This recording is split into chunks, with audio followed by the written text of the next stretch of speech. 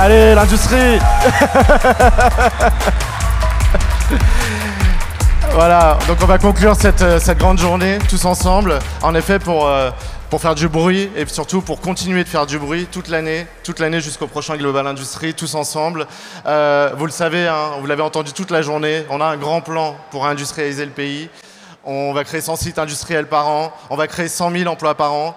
Mais pour ça, il faut qu'on travaille tous ensemble sur l'attractivité de l'industrie auprès des Français, auprès des familles, auprès des jeunes. Et pour faire ça, on a tous cette belle écharpe bleue. Vous êtes magnifiques là, de mon point de vue. On a tous cette belle écharpe bleue, elle tourne là-haut. On porte tous ce coq qui est l'étendard, qui est finalement le drapeau de l'industrie française. On a un hymne qu'on entend parfois, qu'on a pas mal entendu sur l'événement. Et on a surtout une équipe qui est faite de vous toutes et tous, les industriels, de vous toutes et tous, les fédérations, les institutions, tous ceux qui soutiennent cette réindustrialisation. Mais elle est aussi faite de celles et ceux qui portent la voix, qui vous donnent de la voix. Et c'est le thème de cette conférence. Alors je vais les appeler tout de suite parce qu'on n'a pas beaucoup de temps et ils sont nombreux. Donc on va commencer par Anaïs Volgelis. Bien Anaïs, vous pouvez l'applaudir. Chercheuse à l'IEA de Poitiers. Patronne de la stratégie du développement de Humans, et surtout on te connaît pour toutes tes publications, Anaïs, notamment ton dernier livre sur la réindustrialisation et la nouvelle révolution industrielle. On va appeler aussi Tatiana de Franqueville, patronne de la Tribune, que vous connaissez toutes et tous, quotidien économique, très implanté dans les territoires. Christophe Victor, pour continuer sur les médias, bien Christophe, qui est le patron du Dauphiné, et qui est aussi le patron de Tech & Fest, le premier salon tech dans lequel il y a 70% d'industriels. J'appelle aussi Stéphanie Lagal-Baranès. Hello Stéphanie, bien Stéphanie. Stéphanie, la patronne de l'OPCO2I, où vous êtes tous affiliés, qui représente les 29 branches industrielles, toutes sauf l'agro pour faire simple. J'ai le contenu, j'ai les médias, j'ai les locaux. Et maintenant j'appelle les ambassadeurs de la French Fab, Damien, Erwan, Hervé, Corinne. Ceux qui portent la voix au quotidien de l'industrie française. Est-ce que j'ai oublié quelqu'un? Non. Voilà, venez, installez-vous. Allez, on est en famille, on se met comme on veut.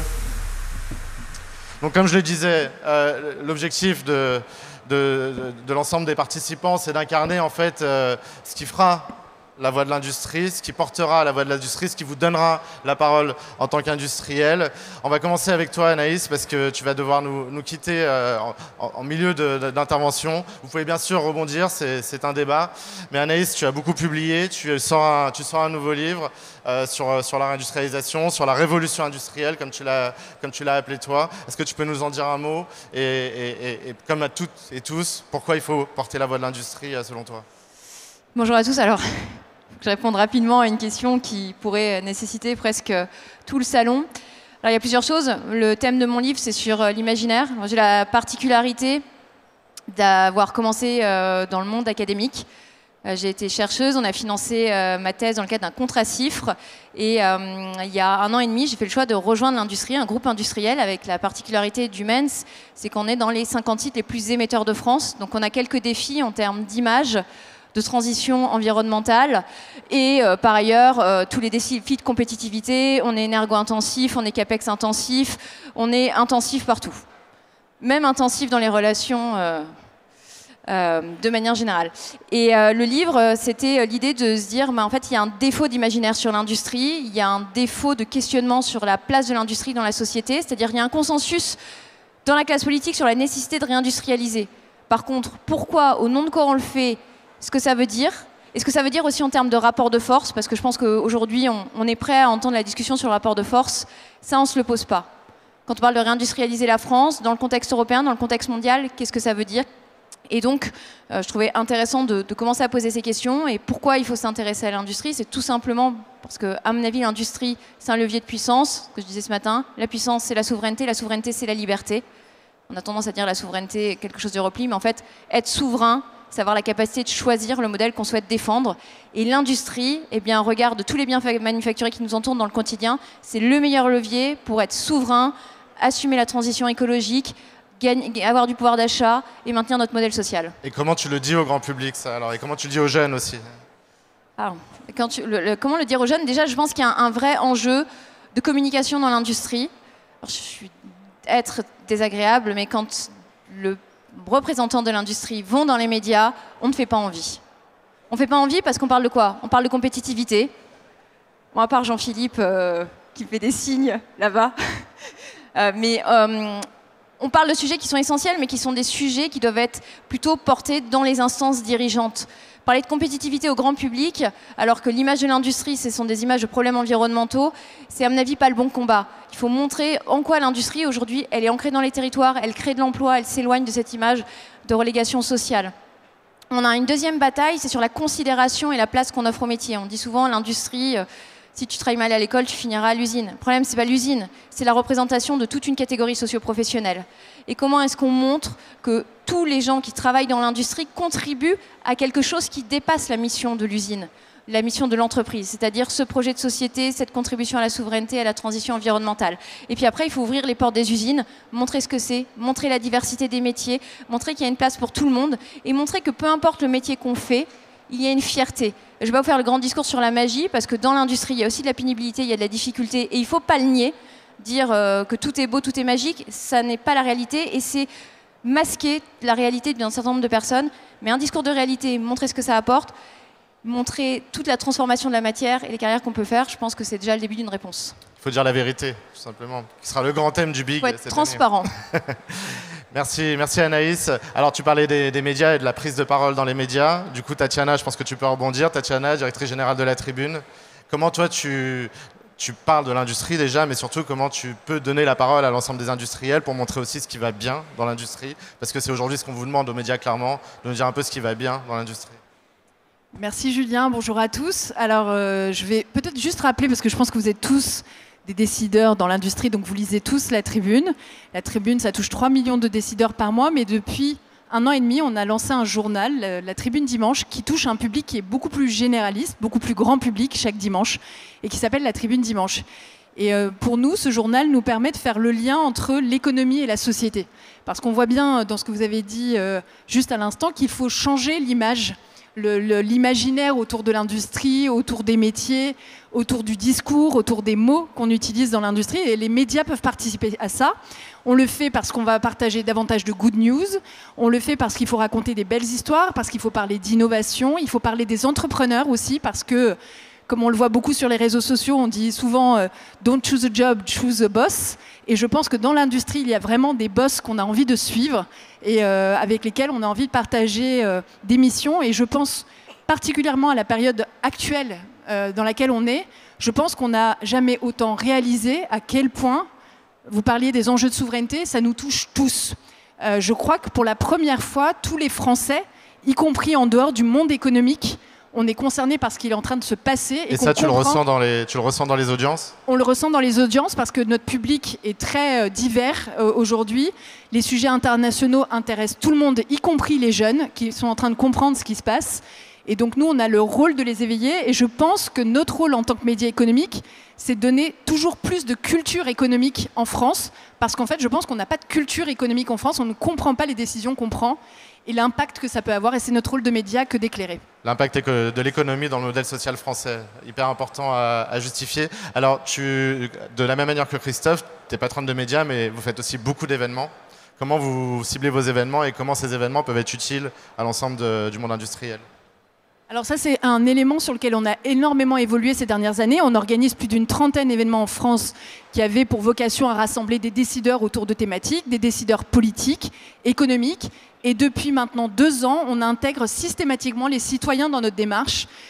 Donc les étudiants, toute la sphère citoyenne est invitée à participer au débat. Et ça, c'est une grosse évolution, puisqu'en fait, on n'est plus fermé à notre propre monde. On se rend bien compte qu'il faut prendre les préoccupations des jeunes dans les événements qu'on organise. Merci Tatiana. Alors Christophe, le Dauphiné, donc tu es chez toi ici. T'es pas loin. Pas très loin. Chez toi. Pas très loin. Alors, donc on fera du progrès qui sont, voilà, qui sont chez eux. Mais... Est-ce que tu peux nous raconter un petit peu déjà la ligne éditoriale du Dauphiné, comment vous valorisez le monde industriel? Je crois que tu as des messages à passer à la salle aussi. Et puis nous parler bien sûr de ce grand événement que tu as monté, Tech and Fest, qui, comme je le disais, et j'aime bien faire cette petite blague, est devenu en fait un grand événement industriel. Ben oui. Oui, on a presque 75% de participants industriels. Je voudrais reprendre ce que disait Anaïs tout à l'heure parce que, et insister aussi sur ce que vous disiez toutes les deux. Vous avez une opportunité actuellement extraordinaire, c'est le changement du monde depuis le Covid, depuis ce qui est en train de se passer avec l'Ukraine et puis maintenant les changements géopolitiques. L'industrie est au cœur de tous ces changements, qu'ils soient de l'armement, de l'énergie, de la mobilité, de la santé. À chaque fois, même si l'industrie ne représente que 11% du PIB français, ce sont des enjeux de souveraineté. Ça, effectivement, dans les discours de l'industrie, je l'entends encore extrêmement peu. Au profit, effectivement, de problèmes de productivité. J'ai le sentiment que quand un patron industriel vient prendre la parole dans un média, c'est parfois pour se justifier d'un problème de pollution ou ce genre de choses, donc de choses assez négatives, avec assez peu de prospective, où on parle de compétitivité, on parle de charges sociales, etc. Je crois que pendant très longtemps, l'industrie a choisi de ne pas s'adresser au grand public. Et je pense que c'est une erreur, parce que effectivement maintenant, ces sujets-là deviennent des sujets de grand public. Et je pense que c'est ensuite une question effectivement d'imaginaire et de construction de discours. Il y a 40 ans ou 50 ans, l'industrie faisait rêver parce qu'elle permettait d'aller sur la Lune, parce qu'elle permettait d'aller plus vite, parce qu'il y avait le TGV, parce qu'il y avait plein de choses, plein d'imaginaire. Aujourd'hui, on ne l'entend plus. Aujourd'hui, je dirais pour le grand public, c'est plutôt l'industrie du luxe qui fait rêver. Pourquoi ? Parce qu'ils ont su choisir des codes de communication qui étaient les codes de communication adaptés à leur temps. Je pense qu'il y a un vrai sujet pour l'industrie de trouver les vecteurs de communication, l'incarnation, la personne qui peut porter le discours, la manière de porter le discours. Il y a plein d'influenceurs dans le luxe. Je vois peu d'influenceurs sur le monde de l'industrie. On en a quand même. Quelques-uns. Pas beaucoup. Et toi, du coup, tu as décidé de créer pour entrer dans les codes, de créer un festival. Oui, c'est exactement le parti pris qu'on a pris. Et si je peux citer une petite anecdote, quand il a fallu convaincre... Alors, ça a été très facile, paradoxalement, de convaincre les institutionnels, que ce soit la région Auvergne-Rhône-Alpes, que ce soit la métropole. Ils ont tout de suite dit banco sur un concept d'événement qui était un concept d'un événement pas comme les autres, d'un festival, où on montre l'innovation, mais c'est un événement conversationnel avec 4 scènes où on parle tout le temps de la technologie, de l'avenir et ce genre de choses. On fait venir 3000 collégiens et lycéens et il y a des happenings artistiques tout au long de la journée avec des concerts. Eh bien, je peux vous assurer que la quinzaine d'industriels au début, et en plus, pardon, j'ajoute une chose, avec des codes très pop. C'est-à-dire que le design, les choix qu'on a pris en termes de design artistique ont été très très pop et pas du tout industrie ni technologie, justement. Et on a eu beaucoup de mal au démarrage. On leur a dit, on va faire venir Hugo Décrypte pour parler de ces sujets aux jeunes. Voilà. Et là, on nous a dit, vous croyez, si vous êtes bien sûr. Bon, finalement, ils nous ont suivis. Et maintenant, ils sont très très contents. Et je pense qu'effectivement, si on veut s'adresser aux jeunes, si on veut bousculer un peu les codes, il y a vraiment cette question d'imaginaire, de discours, de belles expériences, et puis la manière aussi par laquelle on passe, qui vont être fondamentaux pour faire rêver. Alors tout à l'heure en backstage, tu me disais, nous on veut bien donner la parole, mais il faut aussi qu'ils viennent. Alors après, je suis désolé, je vais être désagréable une deuxième fois, mais je crois que j'ai été pris pour ça d'une certaine manière. Oui, il nous arrive assez souvent, alors surtout en presse quotidienne régionale, ça m'arrivait aux Échos moins souvent quand je dirigeais les Échos, mais il y a certains moments, il y a des sujets difficiles, il y a des sujets de pollution, il y a des activistes, parfois, quand l'industrie s'implante à certains endroits, qui dénoncent parce qu'il peut y avoir des risques environnementaux, etc. Très souvent, on est dans la réaction et pas dans l'action. C'est-à-dire que très souvent, pour moi, je constate qu'un certain nombre d'entreprises qui connaissent le problème choisissent plutôt de l'éviter en se disant « j'espère qu'on ne va pas en parler ». Comme il y a des activistes qui existent, ben finalement on en parle. Comme les activistes ils savent très bien faire, ils ont tous les canaux de communication, la presse en parle. Et quand on demande à l'entreprise de réagir, souvent on a un discours assez artificiel, souvent et c'est le plus souvent, honnêtement, c'est presque la moitié du temps, pas de commentaires. Et on se retrouve dans des articles où il n'y a qu'une voix, qui est celle de ceux qui savent manipuler les réseaux de communication, et très peu de retours en face. Et quand l'article est publié, là, on n'est pas content. Et effectivement, c'est quelque chose, je pense que, il me semble que la communication proactive, c'est plus efficace. Quand il y a des problèmes, on parlait de transparence tout à l'heure, il vaut mieux les aborder effectivement, et puis défendre les bons arguments. C'est-à-dire qu'on peut polluer à un moment donné et de façon limitée, mais ce sera toujours beaucoup moins pollué que de faire fabriquer en Chine ou d'utiliser des enfants pour faire à peu près la même chose. Alors, j'entends ce que vous dites, et vu qu'on se parle cash pour tous les deux, hein, cette question, on sait que c'est des sujets qui font de l'audience aussi, et que c'est dur de faire de l'audience avec des sujets positifs. Est-ce que vos journalistes sont prêts à aller chercher les industriels pour ce qu'ils font de bien et pour l'ensemble des actions, leur implication dans les territoires, leur implication pour le pays, la souveraineté dont on parlait? Est-ce que ça intéresse les gens, et est-ce que vos journalistes sont prêts à interviewer nos industriels français sur le sujet? Oui.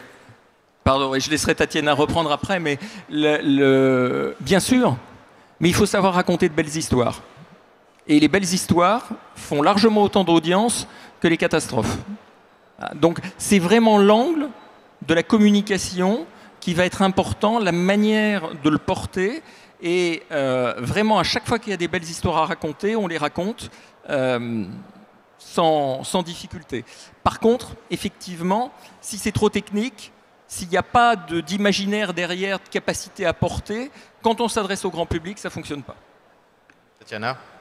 Alors moi, oui, je suis parfaitement d'accord avec ça. Alors d'abord, on a choisi une ligne nuancée, et là aussi, c'est très compliqué de tenir une ligne nuancée, positive, en étant un média aujourd'hui, parce que très clairement, tout nous incite à faire de l'audience par des articles négatifs. En fait, si vous êtes un hater, ça marche beaucoup mieux que quand vous êtes quelqu'un de positif. Donc c'est une vraie ligne éditoriale à laquelle on tient. Aujourd'hui, on pense que ça fait partie carrément de notre devoir de média que d'équilibrer le type d'information qu'on donne. On l'équilibre à la fois par la dimension positive ou négative de l'information. On va l'équilibrer aussi par la représentativité féminine ou des jeunes, parce que là aussi, en tant que média économique, on a tendance à valoriser plutôt des hommes et plutôt plus âgés. Et donc, ça fait vraiment partie de notre rôle de média. Je crois que plus que jamais, on revient dans ce qu'est le rôle d'un média qui doit être le reflet de l'économie française et de la société française, et on a un devoir à ce niveau-là. Et donc moi je vous invite à prendre contact avec nos rédactions. Si vous avez des belles histoires à nous raconter, on les mettra en avant. On a parlé de l'équipe. Cette équipe, elle s'est construite, elle a mis du temps à se construire, et en fait, cette équipe, elle est faite d'acteurs qui ont au départ travaillé individuellement à l'attractivité de l'industrie, notamment auprès des jeunes, à passer ce message de la nouvelle industrie qui s'est transformée pour leur donner envie de rejoindre vos sites industriels. Et finalement, vous avez décidé de regrouper l'ensemble de ces filières industrielles, l'OPCO 2I, les 29 branches, qui un jour on dit bon, on va finalement parler d'une voix. Cette voix, ça va être une marque qui s'appelle Avec l'Industrie, que vous avez lancée il y a 3 ans, je pense, et dans lequel vous avez décidé de monter des grandes campagnes autour de l'attractivité de l'industrie auprès des jeunes. Alors comment ils voient l'industrie quand vous arrivez dans les écoles? Et je pose la question, mais j'ai un peu la réponse parce qu'on a fait 3000 km ensemble l'année dernière. Et surtout, comment vous arrivez à faire passer les messages auprès des jeunes, et quels messages vous passez, et comment les industriels dans la salle peuvent accompagner cette réflexion? En valorisant les besoins déjà. Parce qu'au-delà de tout ce qui a été dit, il y a des besoins quantitatifs immenses. L'industrie, c'est 3 millions de salariés, et l'année dernière, il y a eu 216 000 recrutements. Et pour ces recrutements, 60% des responsables d'entreprise considèrent qu'ils rencontrent des difficultés, et certains recrutements ne peuvent pas être faits. Donc il y a un déficit d'image qui est ancien, hein, c'est pas 40 ans de désindustrialisation, et tout ce qui a été dit, ça ne facilite pas l'attractivité. Et donc, OPCO 2I, c'est en effet 29 branches industrielles. Et ces branches ont décidé, à la création de l'OPCO d'ailleurs, de prendre le sujet à bras-le-corps et de se dire, plutôt que de se disperser dans les actions et dans les prises de parole, est-ce qu'on peut en effet faire quelque chose de commun? Et plus on parlera d'une voix unique, plus on sera efficace. Donc les besoins sont immenses, je le disais. L'image de l'industrie, elle est encore basse. On a mis en place un baromètre Ipsos. On est en queue de peloton, très loin derrière l'agriculture, l'artisanat. Ça progresse. Je pense depuis toutes ces énergies collectives, depuis quelques années, on voit l'image s'améliorer. On a pris 4 points en 5 ans. Il faut créer le sentiment de fierté du citoyen vis-à-vis de son industrie. Il l'a vis-à-vis de l'agriculture, il l'a vis-à-vis de l'artisanat. Il faut qu'il le reconquiert vis-à-vis de son industrie et qu'on travaille la considération. Parce qu'il ne suffit pas d'avoir une bonne image, il faut aussi donner les bonnes conditions d'information, la fameuse transparence, pour que les jeunes aient envie de venir. Donc comment on fait ? C'est une campagne inspirationnelle qu'on n'avait jamais faite, avec un film publicitaire qui a été diffusé sur les ondes, télé, réseau, cinéma. Ce film publicitaire, il donne une vision un peu nouvelle, un prisme un peu différent à l'industrie. Et derrière, l'objectif, c'est d'amener les jeunes à la rencontre des industriels et, si possible, des jeunes industriels, ce qu'on a fait avec le Tour de France de nos industries. On cible aussi beaucoup les prescripteurs. Ça bouge côté prescripteurs, les familles, l'éducation nationale, qui est en première ligne de la prescription et qui n'a pas une très bonne image de l'industrie, et pour laquelle on fait de gros efforts d'information. Qu'est-ce que c'est que l'industrie ? Quels sont les métiers ? Quelles sont les conditions de travail ? Quels sont les niveaux de rémunération ? Il y a de l'information à faire, il y a des idées reçues à déconstruire. Le rapport à l'environnement, ça a été dit. Les conditions de travail qui ont beaucoup progressé et les niveaux de rémunération qui sont 15 à 20% supérieurs au reste de l'économie, c'est pas connu et c'est dans le bas des idées du grand public sur les conditions de travail de l'industrie. Donc il faut communiquer. 200 événements l'année dernière. Il faut communiquer, c'est pas toujours naturel. Nous, on le voit hein, quand on est sur les routes et qu'on est à votre rencontre, tous les jours, on vous dit prenez la parole, il faut être vocaux. Nicolas vous le rappelle, je pense à peu près chaque conférence. Eux l'ont fait, les ambassadeurs de la FAB. Je rappelle souvent cette histoire d'un jour, un industriel de Laval qui vient nous voir avec un coq bleu en nous disant la tech c'est sympa les gars, mais bon, on est là quoi. On est là et nous aussi on a des choses à dire. Aujourd'hui, il est là. C'est Erwan Cotanea, donc qui a au départ porté cette idée de créer un collectif autour de l'industrie française. Comme tu le disais tout à l'heure, tu le rappelais, on l'a fait un peu naïvement en se disant allez on y va, on verra bien. Raconte-nous un peu cette histoire et surtout on a mis un peu le bordel. Ouais. Alors j'ai un truc qui me tente depuis tout à l'heure parce que je trouve qu'il n'y a pas beaucoup de bruit. Alors, est-ce que je peux me faire un kiff? Est-ce que ça va global? Voilà. Merci. C'est mieux. Voilà. Donc en fait, j'étais énervé par ce petit coq rouge de la French Tech qu'ils affichaient partout et je me dis, nous, on fabrique des choses, eux, c'est du digital et nous, on n'a rien. Donc j'ai pris le dessin, j'ai pris le coq, j'ai soufflé dedans, il a pris un peu de volume et on l'a imprimé en 3D. Il tenait debout tout seul, c'est un plus grand des hasards, il était équilibré tout seul, un peu comme l'industrie française, on ne sait pas bien combien ça tient debout et si ça tombe ça casse, mais il tenait debout et quand il tombe il casse. Et donc ça a été un truc complètement viral, on en parlait tout à l'heure, honnêtement je pense qu'on a un peu mis le bordel. Ça venait du terrain donc c'était inarrêtable, gilet bleu peut-être un peu, ou écharpe bleue en tout cas aujourd'hui, et ça a pris des proportions énormes. Moi ce matin en circulant je me suis dit quand même les gars ce qu'on a fait, on a fait quelque chose de sympa, on voit des coques bleues partout, il y a des gens qui commençaient à les imprimer parce que le fichier à la base, je l'avais balancé en open source sur tous les réseaux pour pas qu'on me dise « Ah ouais, mais quel opportunisme !» Non, j'avais ouvert les vannes et c'est parti dans tous les sens. Donc au début, il a fallu que j'achète des imprimantes toutes les semaines. Puis au bout d'un moment, c'est parti tout seul et ça a été cette volonté de dire au bout d'un moment, je vous rejoins, on n'a pas de ligne éditoriale. Nous, les histoires, on n'a pas le temps d'en faire, on n'aime pas trop les raconter, on aime bien les écrire et pour certains la faire. C'est ça notre mantra, notre approche. Alors que quand on était avec Damien en Allemagne, on s'est rendu compte que, en fait, les Allemands, on disait, oh, les Allemands, on a mis aussi un peu le bordel à la foire d'Hanovre. On a fait une vague bleue là-dedans en 2018, en avril 2018. Je ne sais pas s'ils s'en souviennent, mais en tout cas... On a les images. Les images, c'était impressionnant. On a hacké la soirée de la foire d'Hanovre. Et on s'est rendu compte, en fait, qu'on avait tout ce qu'il fallait pour être fier de ce qu'on faisait. Je me souviens de Damien dans l'avion qui me dit, bah, tu vois, la seule différence qu'ils ont par rapport à nous, c'est qu'eux, ils sont fiers de ce qu'ils font. Donc on est en disant, bah, soyons fiers. C'est parti comme ça, c'est-à-dire qu'on a repris l'envie ou la conscience qu'on pouvait être fier et qu'on pouvait prendre la parole. Alors maintenant, c'est vrai qu'on ne sait pas bien le faire. Je pense qu'un des points, c'est qu'on commence à avoir des jeunes qui de plus en plus la prennent à notre place pour raconter leur histoire. Parce que je ne sais pas si vous avez déjà vu un chef d'entreprise vous raconter que sa boîte elle est pourrie et qu'il ne faut pas venir. Moi jamais. Donc si c'est des jeunes et des gens qui disent cette boîte c'est sympa, l'industrie c'est sympa, ça marchera mieux. Comment dire, Nicolas dit souvent il faut monter sur le tonneau. Je ne vais pas vous faire monter sur les bancs, même si je pense que pour la fin ça peut être une photo sympa, il sera content je pense. Donc si avant la fin tu peux faire Julien, je pense que ce sera une belle photo, ça lui fera plaisir. Aujourd'hui je pense que il est temps qu'on balance un peu fasse un peu de provoque, qu'on force les gens à réagir. Ça veut dire qu'on peut avoir des discours convenus tout faits. On en discutait tout à l'heure. Hashtag #YouToo, ça aurait de la gueule de dire venez vous aussi nous rejoindre dans l'industrie. Il y a des choses à faire, n'ayons plus honte de raconter, de démontrer, d'accueillir, de transmettre aussi, on en a parlé ce matin. L'industrie depuis des années, ça a quand même de la gueule. Il est temps qu'on l'ouvre.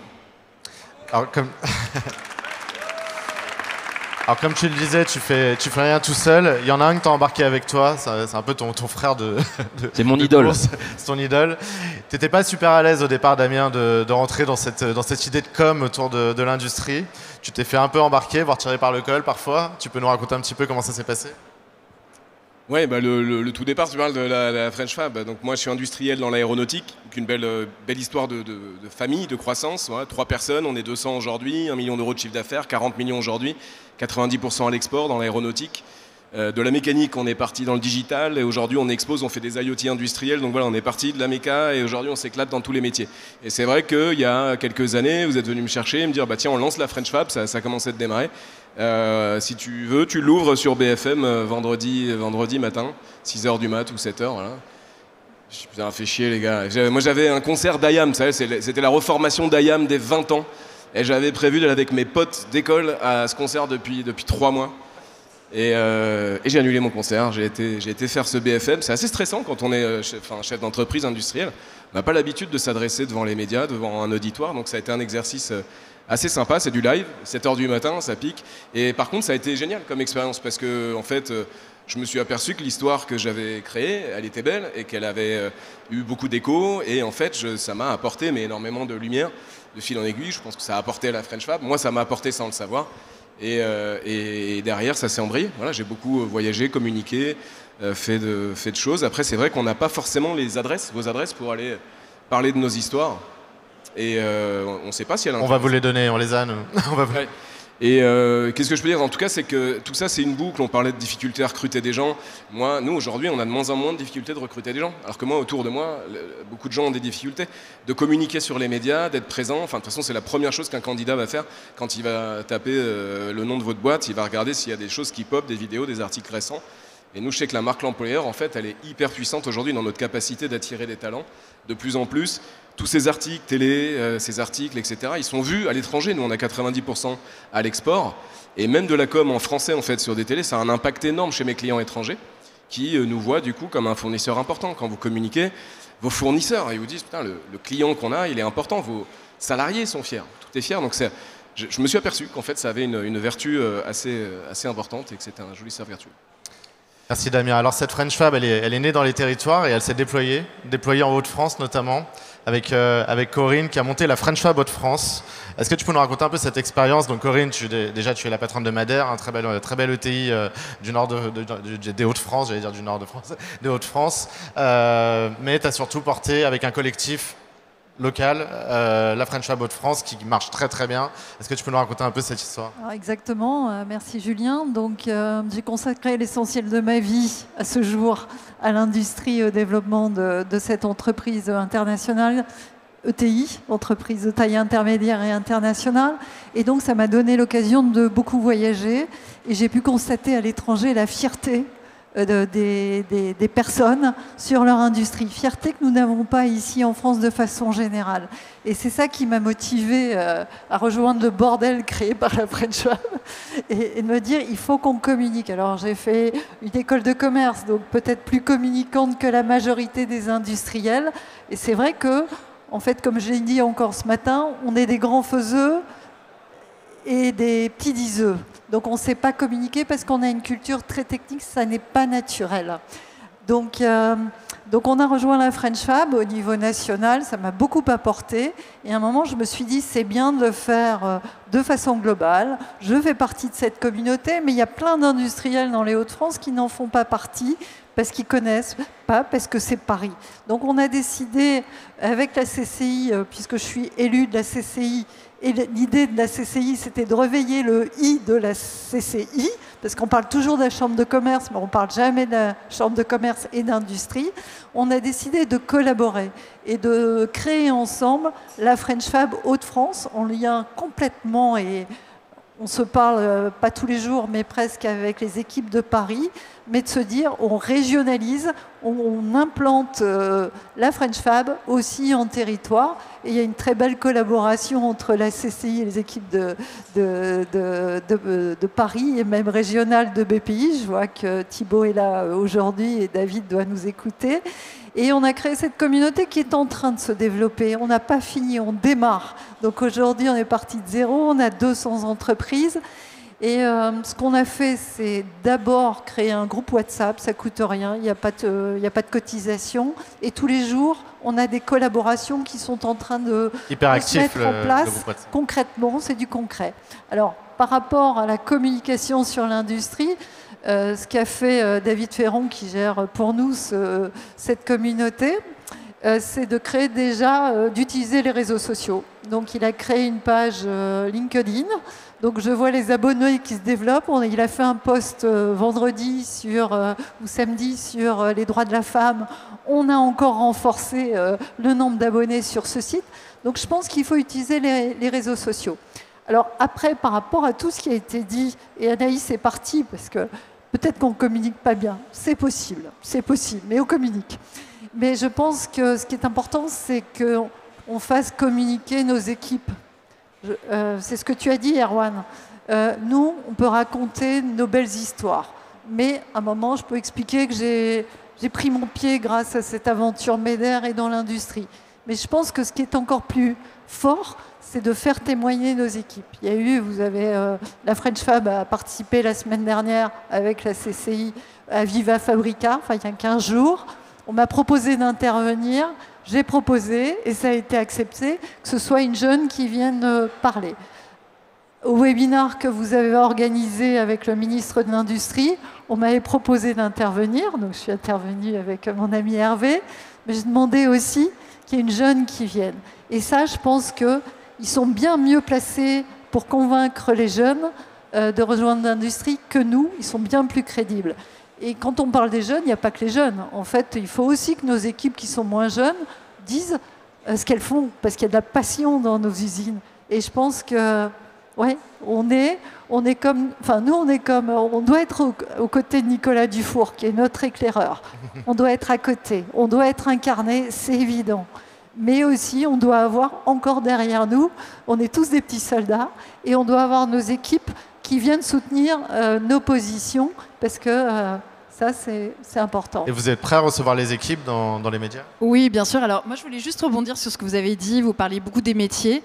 Tu avais évoqué une autre notion, Christophe, que je trouve importante, c'est la notion de progrès. Le DJ de la soirée qu'on va faire juste après nous quitte. Ah, bien sûr. Vous n'oubliez pas la photo, tout le monde debout. Hein. Il ne veut pas nous la refaire un petit coup, il ne veut pas refaire son petit kiff un petit coup. Vas-y. Non, mais je reviens à la notion de progrès, parce qu'en fait, je pense que on parlait notamment des jeunes, il y a bien sûr la vision des métiers, mais c'est de redonner le goût au progrès. La Tribune organise un très grand événement qui s'appelle le Paris Air Forum. L'aéronautique civile a fait rêver des générations. On avait envie de voler. Le voler, c'était aller vers l'inconnu, aller vers les autres. Aujourd'hui, les jeunes ne veulent plus voler. Et donc, tous les jeunes ne vont plus dans la filière aéronautique, ils vont dans la filière, par exemple, ferroviaire. Donc, il y a quand même un sujet à dire quelles sont les perspectives qu'on donne à ces jeunes, comment on leur donne des perspectives d'avenir, de métier, d'emploi, d'un monde qui soit aussi responsable, qui soit agréable. On parlait des problèmes environnementaux. Et je pense qu'il y a beaucoup, beaucoup de sujets à aller creuser pour nous en tant que médias, pour accompagner ces jeunes. Il n'y a pas qu'une logique de métier, il y a une logique d'horizon aussi et de ce qu'on veut bâtir comme monde demain. Et je pense que l'industrie va nous y aider avec cette logique de souveraineté. Alors, si je peux juste rebondir, je crois qu'en fait c'est un sujet... c'est les médias qui disent que les jeunes ne veulent plus travailler dans l'aéronautique, parce que c'est pas vrai.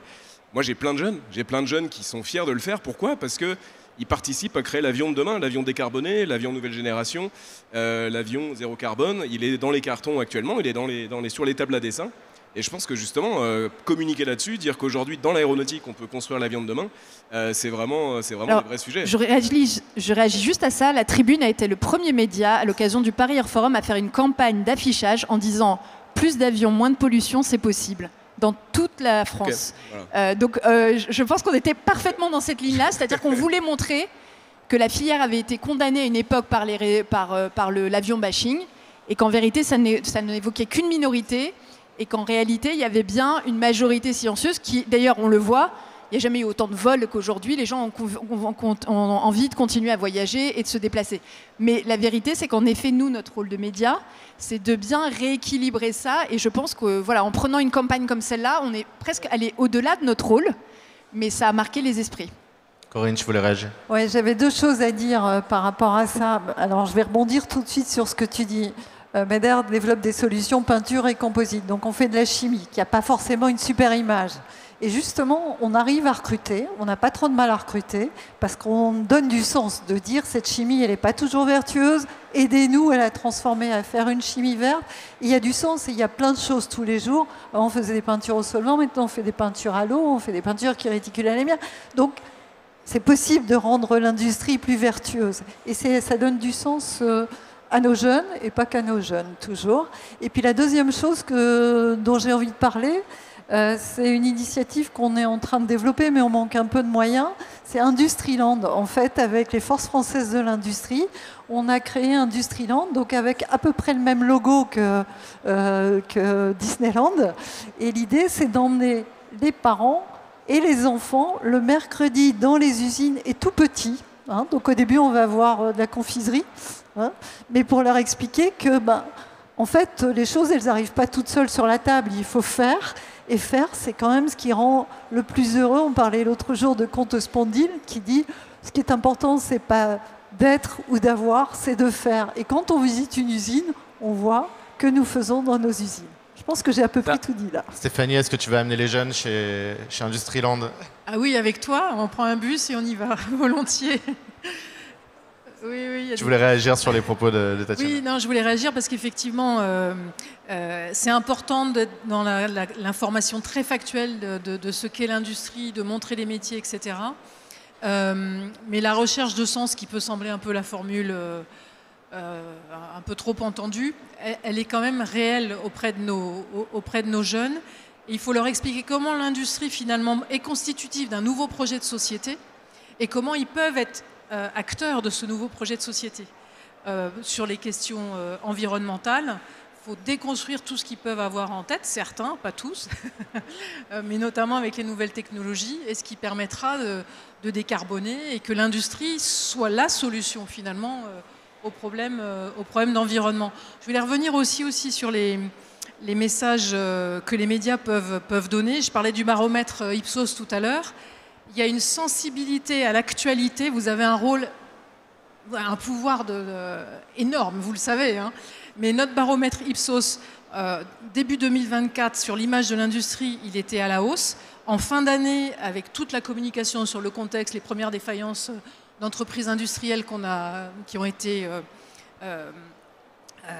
données, illustrées, eh bien, ça replonge.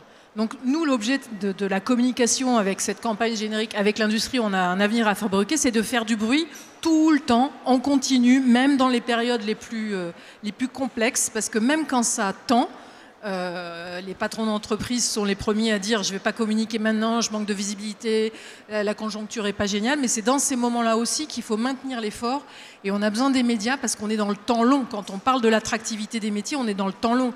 Dans l'aéro, les besoins à 10 ans, c'est 10 000 emplois par an. Il faut que les jeunes sortent des écoles et aient envie de venir travailler dans l'industrie. Donc vous avez un pouvoir énorme. Et si vous pouvez nous aider à garder une ligne de communication positive, moi je pense que les chefs d'entreprise savent communiquer. Il y a du pop dans les chefs d'entreprise, on l'a dit tout à l'heure. Ils ont des histoires, ils savent les raconter. Il faut aller les chercher. Hervé, donc la French Fab Rhône-Alpes, bientôt. Oui, alors Moi, je suis né d'une famille d'entrepreneurs, maîtres de forge, donc l'industrie coule un peu dans mes veines depuis les débuts du XVIIe siècle. Et j'ai démarré ma carrière en Chine, hein, donc chez les Chinois dans les années 90. Donc du coup, en fait, je ne suis pas tout à fait d'accord avec ce qui a été dit par Anaïs tout à l'heure, mais en général, c'est 99,99%. Mais elle a dit un truc que je ne suis pas d'accord, elle a dit « c'est pas de la magie ». Eh bien moi, je ne suis pas d'accord. Je pense que nous sommes des enchanteurs.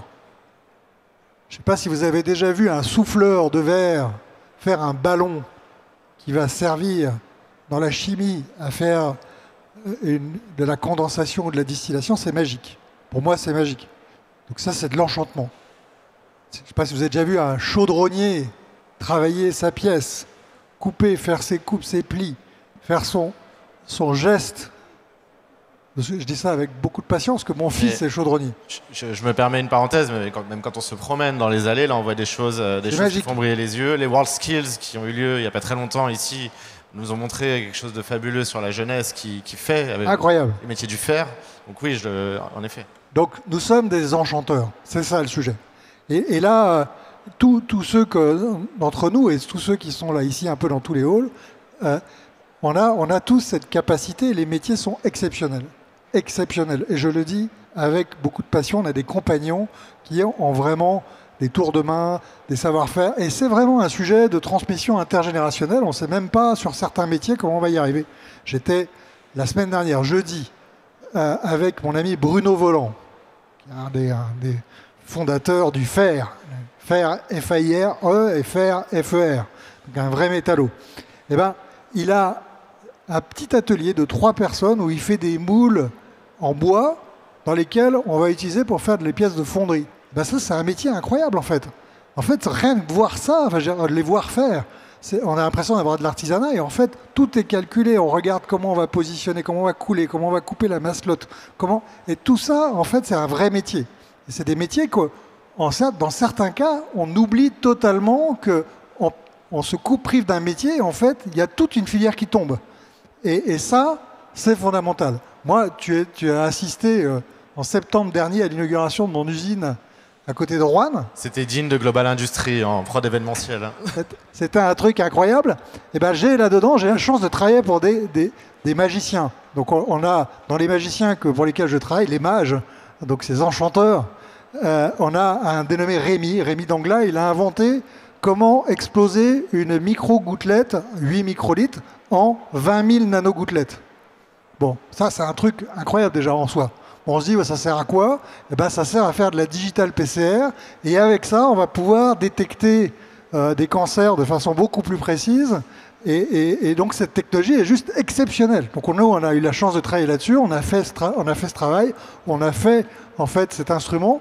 Et cet instrument, aujourd'hui, il est déployé partout dans le monde, dans les labos. Et on sauve des vies avec ça. Donc, c'est quand même de la magie, quoi. Et ça, c'est l'industrie. Et quand les jeunes... Parce que j'aime bien prendre des jeunes très jeunes chez nous. On les prend même avant la 3e, si possible. Moi, je pense que le virus, il se transmet à 7-8 ans. C'est là que ça se joue. C'est là qu'un jeune, il va dire « Moi, je veux construire des avions. Moi, je veux sauver des vies. Moi, je veux faire ça. Je veux faire pompier. » Bon, ça, OK, on le rattrapera plus tard. C'est bien aussi, il faut des pompiers, hein, c'est important. Mais en tout cas, le sujet, c'est qu'à cet âge-là, il faut leur parler avec un langage très clair. Est-ce que tu veux sauver des vies? Eh bien, viens dans l'industrie. Est-ce que tu veux voler et faire l'avion décarboné dont parlait Damien? Eh bien, viens dans l'industrie. Et donc, voilà, en fait, tout ça, ça se passe là. Parce que sinon, il va passer sa vie sur TikTok à regarder, à se lâcher les trucs, et c'est pas une vie. C'est pas quand on a passé une journée sur TikTok, j'ai du mal à imaginer que le soir, on a une certaine fierté de se dire j'ai fait quelque chose. Alors on y travaille. On y travaille, je pense que vous êtes de plus en plus sur TikTok, on y est aussi, la French Fab est sur TikTok. Justement, vos médias sont naturellement pas des médias qui s'adressent aux jeunes, mais avec cette nouvelle audience digitale, comment vous la traitez? Et est-ce que dans tout ce que vous entendez là, vous imaginez des pistes de porte-voix pour l'ensemble des industriels? Je crois qu'il y a beaucoup des pistes que vous avez indiquées qui sont essentielles. La première, c'est d'ouvrir les portes. en fait, pour montrer ce que c'est. Et je trouve votre initiative de faire venir en fait de l'Industriland assez exceptionnelle. Et bon, c'est dommage, c'est pas sur mon territoire, mais j'aurais volontiers pu en parler parce que je trouve ça assez formidable. Et si ça existe, et si vous l'exportez sur d'autres territoires, on sera à vos côtés pour en parler, c'est sûr. Je pense que le deuxième point qui est fondamental, c'est effectivement de donner du sens, parce que cette nouvelle génération qui arrive, elle recherche le sens, effectivement, et donc aucune entreprise n'est absolument exempte de zéro défaut, et c'est tous ces éléments-là, effectivement, pour voler, pour aller dans l'espace, pour soigner, c'est des choses qu'il faut expliquer. Après, les réseaux sociaux sont un élément essentiel, à mon avis, pour atteindre aussi ça. Alors, on peut faire le meilleur comme le pire. Je trouve que la campagne qui a eu lieu il y a 1 an sur l'industrie et que j'ai eu l'occasion de voir il y a 1 an, effectivement, je trouve qu'elle a des codes très différents de ce que l'industrie faisait avant, et ça me paraît effectivement aller dans le bon sens de ce qu'on peut faire. Moi, j'ai tendance à penser qu'il manque encore quelque chose au niveau de l'industrie, et c'est pas tant au niveau de chacune des entreprises, mais c'est peut-être ce qu'on disait tout à l'heure, un ou des porte-voix positifs qui incarnent ces sujets-là. Et ça, à part Nicolas, j'en vois pas, pour être franc. Et je pense que derrière, il y a la légitimité de ceux qui font, donc il faut probablement en trouver. Certains, quand on leur donne la parole à un niveau très élevé, et c'est ce que voit le grand public en partie, ils ne font pas forcément envie, pardon de le dire aussi directement que ça, mais parce que parfois ils incarnent des entreprises et des industries justement, soit très polluantes, soit défensives, etc. Et je pense que de ce point de vue-là, il y a peut-être aussi des choses à réfléchir là-dessus. Tatiana. Simplement pour terminer, moi je dirais... Quand on est petit, tu sais, on te dit toujours fais scientifique, ça marche, fais ceci, ça marche. Et donc en fait, il faudrait qu'on dise fais industrie, ça marche. Et pour ça, il faut aider les industries à ce que ça marche. Et moi, je reviens à notre rôle de média économique. Bien sûr, on peut faire les réseaux sociaux, bien sûr, on peut essayer de toucher la jeune génération, mais nous, notre rôle de média économique, c'est de faire avancer le monde économique. Et pour ça, je reprends ce qu'a dit Pierrick Merlet, qui est notre journaliste industrie. Il dit on voit un pays comme l'Italie, qui est devenu le 4e exportateur mondial en termes d'industrie. On n'imagine pas que l'Italie soit le 4e pays mondial. Et ils ont fait des efforts, ils ont été aidés par l'État. Et aujourd'hui, les industries, elles attendent aussi beaucoup plus d'implication de l'État pour les aider à faciliter, à améliorer leur attractivité. Donc moi, j'ai aussi envie qu'on reste dans notre rôle de média économique. Oui, on doit toucher les jeunes, mais surtout, on doit aider les bougies industrielles à réussir pour leur dire... Et puis, tu l'as dit tout à l'heure, il y a l'axe de la pédagogie économique qui là est cohérente. Exactement. Et donc, demain, j'aimerais bien qu'on dise « Fais industrie, ça marche ». Fait industrie, ça marche. Hervé, tu voulais dire un dernier mot? Oui, j'avais envie de parler. Dans notre région, on a quand même un truc pas mal ici, ça s'appelle la FIRST, qu'on a lancé, qui s'appelle Robotique First France. C'est un concours de robotique qui est destiné pour les jeunes donc, de 3e, seconde, première, terminale, qui a été lancé par Dean Kamen, qui est un inventeur américain qui a inventé la pompe à insuline, le Segway. Et dans le monde entier, il y a des équipes du monde entier qui se combattent. Et ici, à Lyon, on a démarré, on a initié de faire pour toute la France ce concours de robotique de la FIRST. On aura la finale qui aura lieu le 22 mars prochain au double mixte ici à Lyon. Il y a 86 équipes qui participent de toute la France. Et ça se passe chez nous, à Lyon, la robotique, des concours, c'est ludique. C'est fun, ça fait venir les jeunes, c'est complètement paritaire, 50% garçons, 50% filles, c'est du mentorat intégré, parce que les plus âgés font les jeunes. Donc c'est quand même, voilà, ça se passe chez nous. Et en fait, l'industrie du futur, c'est évidemment les jeunes qui vont la faire. Donc chaque fois qu'on veut parler d'industrie du futur, il faut parler aux jeunes, parce qu'il faut leur dire, l'usine, comment tu l'imagines demain? Dans quelle usine tu as envie de travailler? Qu'est-ce que tu veux faire de ça? Et viens voir, parce que c'est magique. Je vous promets que le Dauphiné va en parler. Et j'essaierai de convaincre nos confrères du Progrès également. Voilà. Damien? Non, oui, juste, il y a ce qu'on disait de l'industrie avant. Je pense que là, depuis quand même quelques jours, malheureusement, au niveau géopolitique, il y a des choses énormes qui se passent et que l'industrie, sous l'angle de la souveraineté, en fait, je pense, va prendre de plus en plus de poids. Ça, vous l'avez dit et j'en suis bien d'accord. Et que ça sera l'occasion, je pense, de sortir du bois pour certains industriels, de montrer qu'ils existent parce qu'on va être nécessaire à la France, à l'Europe. Moi, j'ai une usine en France, une usine en Pologne. Quand j'ai dit que j'ouvrais une usine en Pologne, il y a quelques années, on me disait mais pourquoi tu vas là-bas, etc. Je me suis jamais rendu aussi fort que maintenant que j'ai une usine en France et en Pologne. Je m'aperçois que c'est deux pays sur la scène internationale qui vont peser très fort aujourd'hui.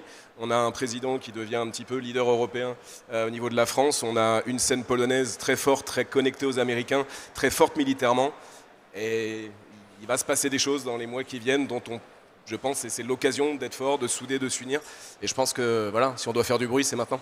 Quelqu'un l'a dit tout à l'heure, hein, arrêtez de dire que ça va pas parce que ça va finir par ne vraiment pas aller.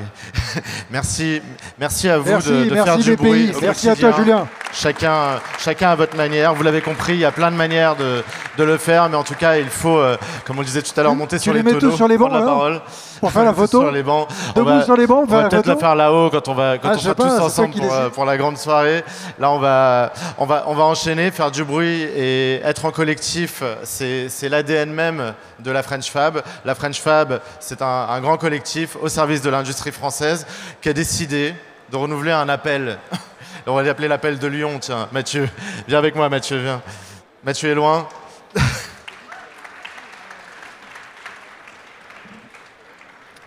Mathieu Hélien qui a finalement reporté, ramené le grand collectif à l'initiative de la French Fab au départ, une fois que Erwan, qui était là tout à l'heure, nous a amené ce coq. C'est vrai qu'au départ, ça a mis un peu le bazar, et puis très vite, on s'est dit, mais en fait, ça vient du terrain, on doit l'écouter, et on doit les aider, ces industriels, à la porter tous ensemble. Et là, on s'est rassemblés en collectif. On a travaillé depuis 5-6 ans maintenant, c'était 2018. Et il est temps de reporter l'étendard, de le redresser haut, comme le disait Damien tout à l'heure. C'est ce qu'on est en train de faire. Vous êtes tous là pour le dire avec nous. Mathieu, je te laisse la parole. Oui, absolument. Écoute, moi, je suis arrivé il y a 6 mois. Je suis totalement fan de la French Fab. Je pense on est dans un moment où on doit accélérer. On est dans un moment un peu solennel.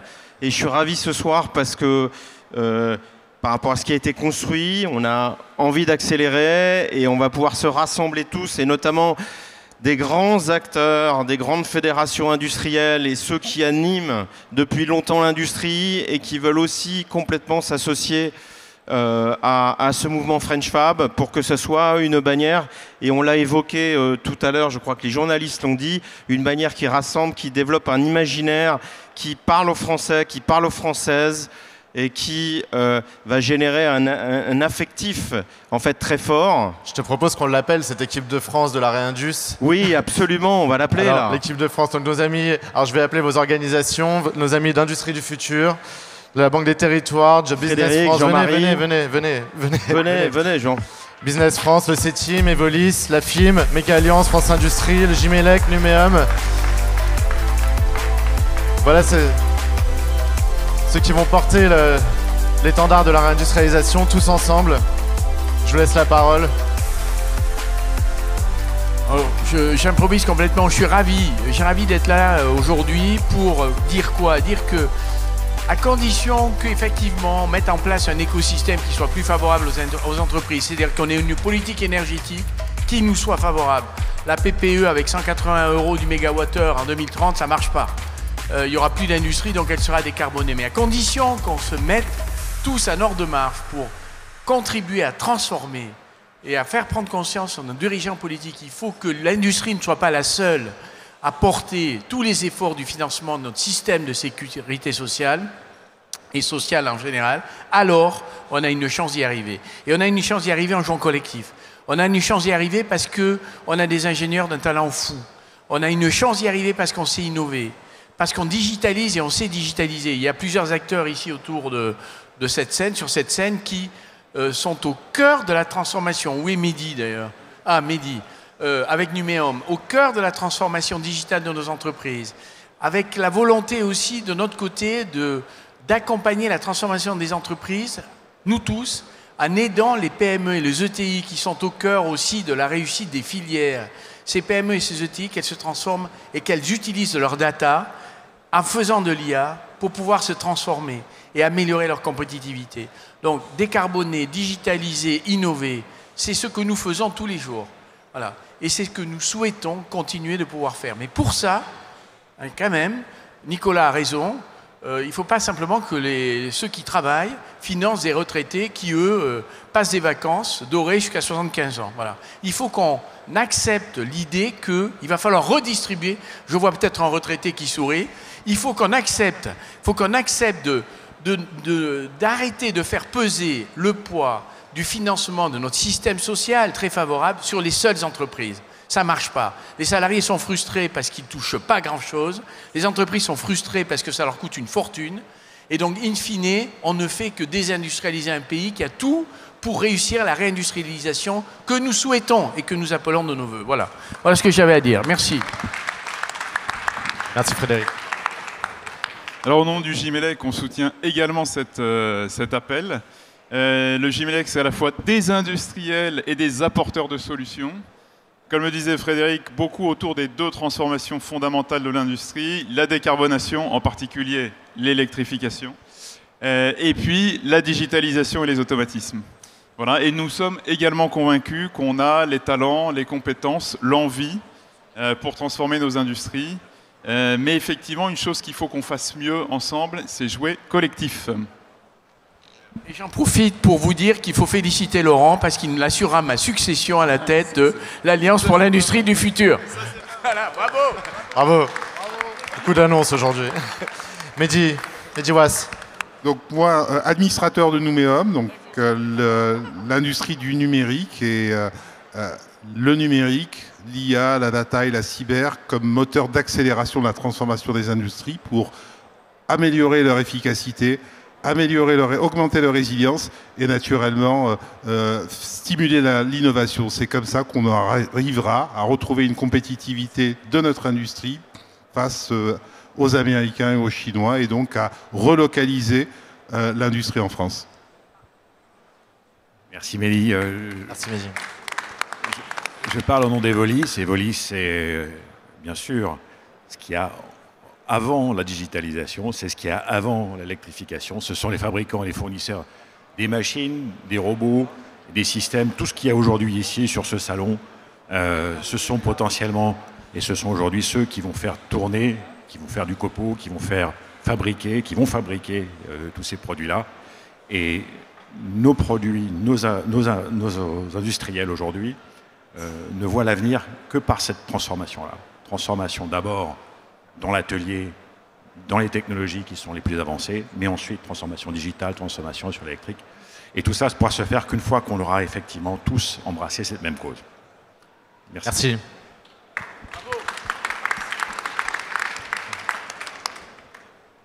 Bonsoir, bonsoir à tous. Très heureux d'être ici pour Business France.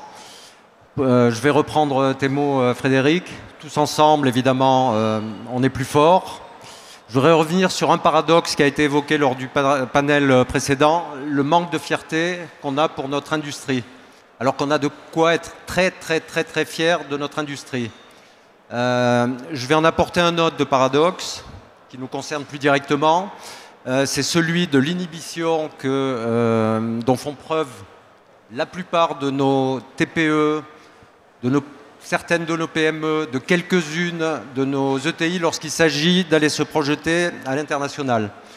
Nous, on travaille beaucoup sur le fait de désinhiber nos entreprises pour qu'elles se projettent vraiment à l'export. Sur ce salon-là, on a invité 30 donneurs d'ordre de grands comptes étrangers qui nous viennent d'Afrique subsaharienne, du Maghreb, d'Europe de l'Est, d'Europe du Nord, d'Amérique du Nord, pour rencontrer les TPE, les PME qui exposent et qui incarnent de la meilleure des manières notre industrie. Voilà, donc c'est un travail de tous les jours, de longue haleine, mais qui doit porter ses fruits. Merci à tous. Merci. Jean-Philippe Thierry, je m'exprime autour de vous au nom de France Industrie pour porter un message, c'est que les nuages noirs commencent à arriver un petit peu au loin. Je pense qu'il est plus que jamais nécessaire de se remobiliser pour les repousser le plus fort, le plus vite et le plus loin possible, de remobiliser notre industrie autour de 3 sujets, la décarbonation, la numérisation et l'innovation. Je pense que c'est le triptyque sur lequel on doit nous redynamiser et qui sait peut-être à travers un nouveau plan, on verra. C'est une grande équipe. Hein. Donc Philippe Jusserand, moi je représente la Banque des Territoires parce que je suis le directeur régional Auvergne-Rhône-Alpes de la Banque des Territoires et je salue donc tous les participants à ce collectif. Et comme vous le savez, donc la Banque des Territoires, aux côtés de la BPI, au sein du groupe Caisse des Dépôts, on soutient l'industrie.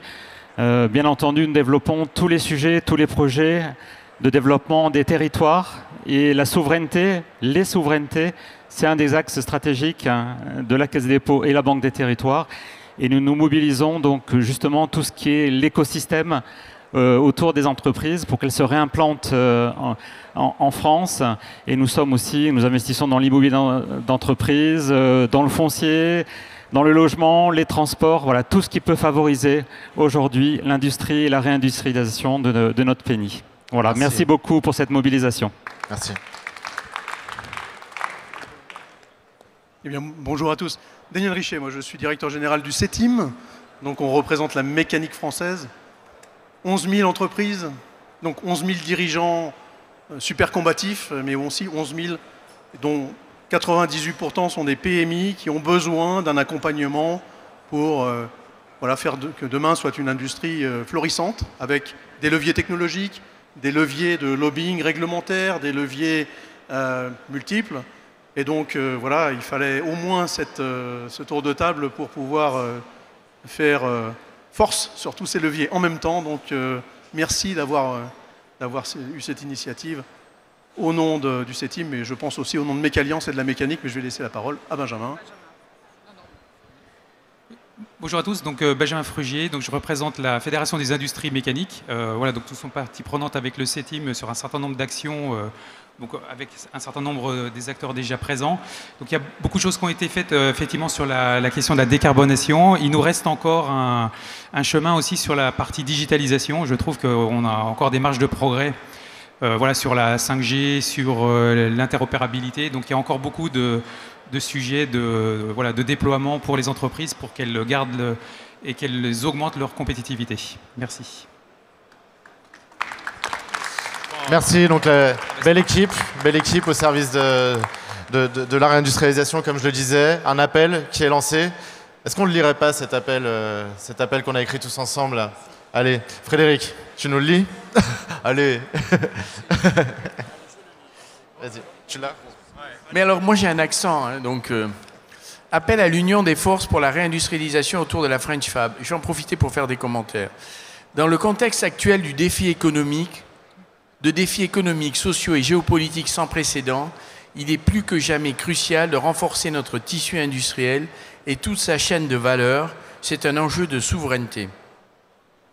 Au moment où les États-Unis réindustrialisent et où la Chine renforce sa souveraineté, une industrie qui représente 40% du PIB chinois, hein.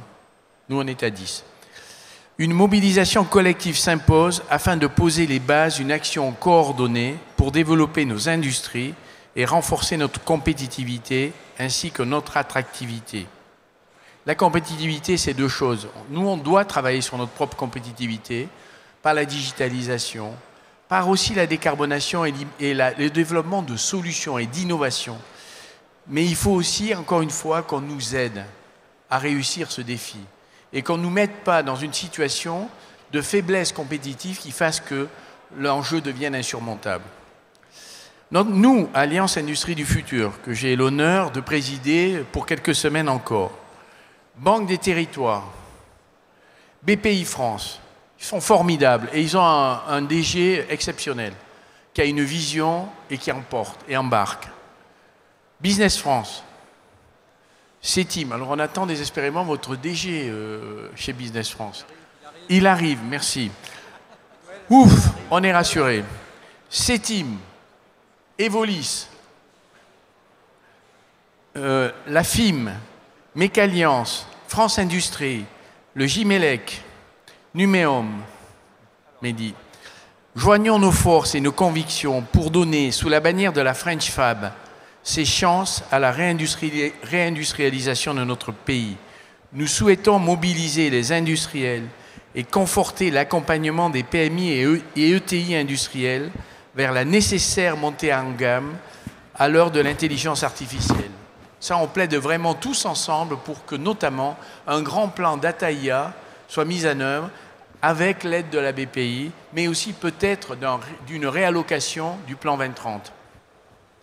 Nous encourageons le gouvernement et les parlementaires, les sachant sensibles à cette mobilisation, ils parlent tous de réindustrialisation, qui nous en donnent les moyens, à prendre toutes les mesures nécessaires pour l'accompagner dans la durée.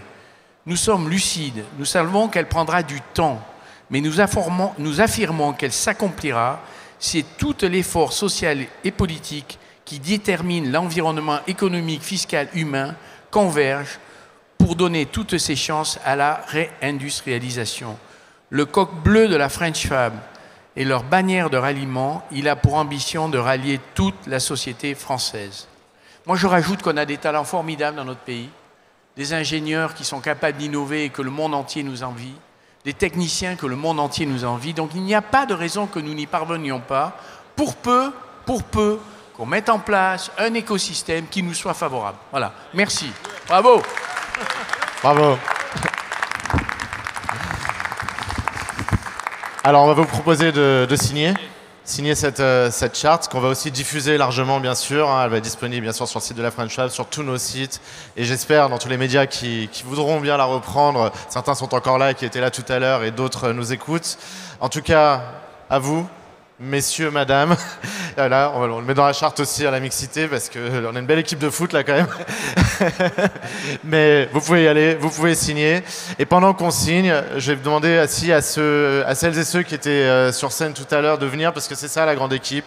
C'est les organisations, les institutions, les fédérations, c'est les entrepreneurs d'abord, c'est les médias, c'est ceux qui créent du contenu. Venez avec nous, comme ça on va faire une belle photo de Fanny. Et tous ceux qui en vivent sont les bienvenus, bien sûr. Céline, tu viens avec nous? Allez, Hervé, viens Christophe, viens. Ça va? Ça va et toi? Viens, viens Philippine.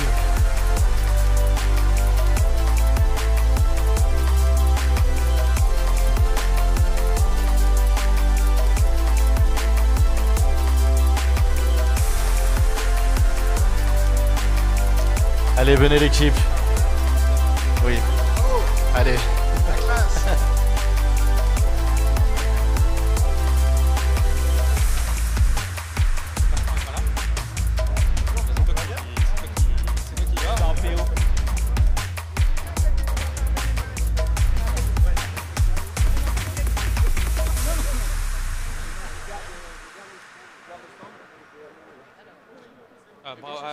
Bravo, Geoffrey.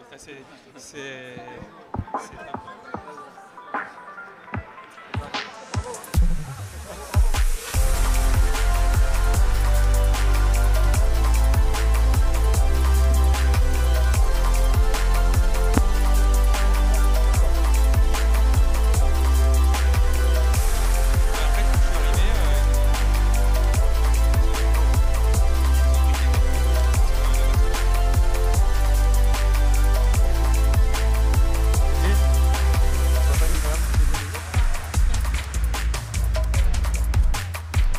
Tout le monde a signé? Alors c'est les organisations, désolé. Mais on va faire une charte spéciale entrepreneur après. Allez, je vous propose qu'on fasse une photo de famille tous ensemble. Ah bah Corinne signe pour la French Fab, allez. Tu peux signer sur le coq si tu veux. Voilà, qui veut signer signe, c'est une charte collective, c'est une grande équipe. On va faire une photo et ensuite on va tous se rejoindre sur la mezzanine pour un cocktail de fin et pour fêter cette belle équipe au service de l'industrie avec vous et avec les industriels. Photo.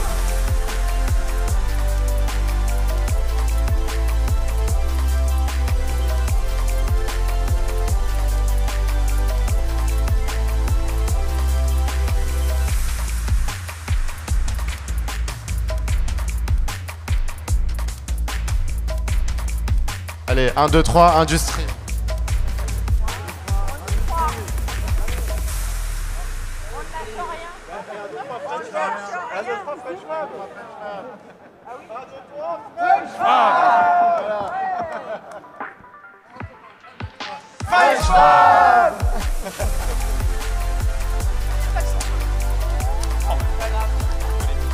Allez, rendez-vous sur la mezzanine, merci et bravo.